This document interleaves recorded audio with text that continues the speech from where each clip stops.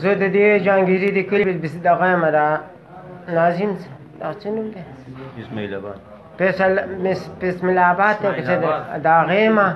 او دغه ځای کې یم او اوسېږم په دغه ځای کې او ظلم او زیاتی راسه کېږي او دغه د خدای تعالی عاجز یم او نو هېڅ څه مې نشته دی که یو د خدای قرآن راکوي نو زما هېڅ نه نه یم خبر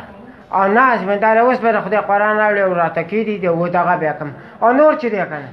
زیاتی دی او ظلم دی راسه کېږي او بیخي د خدای تعالی عاجز دا دی نه او برناقه والی کېږو برناقه دغه کېږو ته حکومت د څه مطالبه کول غواړې تاسو خو ډېر راچاته یو زه دغه زیاتی ته غواړم چې دا منو د دې ټولو سندانې زیاتی کېږي یو د خدای قرآن راوړي راته وایي ته توبې کړمه زه توبې کړمه زما نور هېڅ وس دس نه کېږي ته خالق نور هېڅ زما نه کېږي دغه یم او ناست یم یا خو چې دی نو باید دغه به چې بس را به شي تاسو راشئ بس مړی کړي دغه ځای کې زه پرې بېغمه شم او ما مې سمړ کړه چې بېغمه یم دغه انصاف او دغه دی زموږ نور څه نشته دی دغه د غریبۍ او د دغه دغه دی که قسم وایي سوی به مې مه کړي دا نور به اندارې وکړي داسې به ورته وډبوم چې دغه نه څه راسه نشته نه دې خبر موږ دغه دی نه رانه څه راځي نه څه مې زده دي دغه انصاف زما ذاکر نوم دی جي دلته بټۍ کې مې کار کوو کور ته لاړو پولیس راپسې غرمه رال نه خبر نه اتر چې بوځلو جهانګیري چوکۍ کې ځوړند کړی وم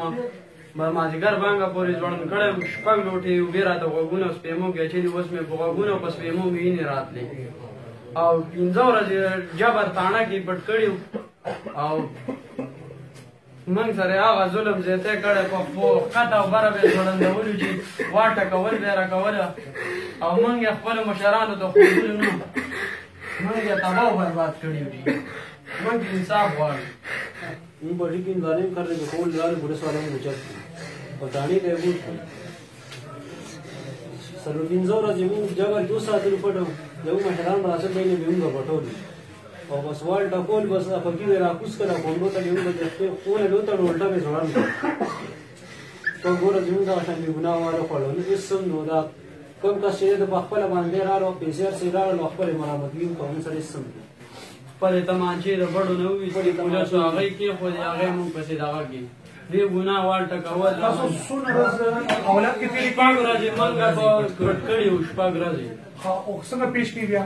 بیا یې پیش کړو هله یې پیش کړو چې به دغه موږ ته ویې وایي پیسې ویسې بیا یې څو ورځې اوومه ورځ باندې بیا موږ جج ته پیش کړو تا جج ته دا خبرو نه کړه جج د موږ خبرې ته پرېښودلو جي خبرې جیل ته لړی او جي بیا ستاسو ضمانت وشو او جي موږ بیا اوس ته د عمران خان نه چیف جسټس نه تاسو د صوابع سپیکر صاحب دی آینده ته څه مطالبه کول غواړئ جی موږ د انصاف غواړو چې موږ د انصاف میلاو شي موږ غریبانان خلک یو موږ دومره وس نه کېږي چې خپلې کوټې ځان له به چېرته سمې کړو هغه اساس کې را پرېوځي چې دا ته دوایان نیولي دا څه دوایان نیولي دا عجیبه غوږونه مې اوس هم باندې بس کار نه کوي لږ وښایه موږ ته لږ وښایه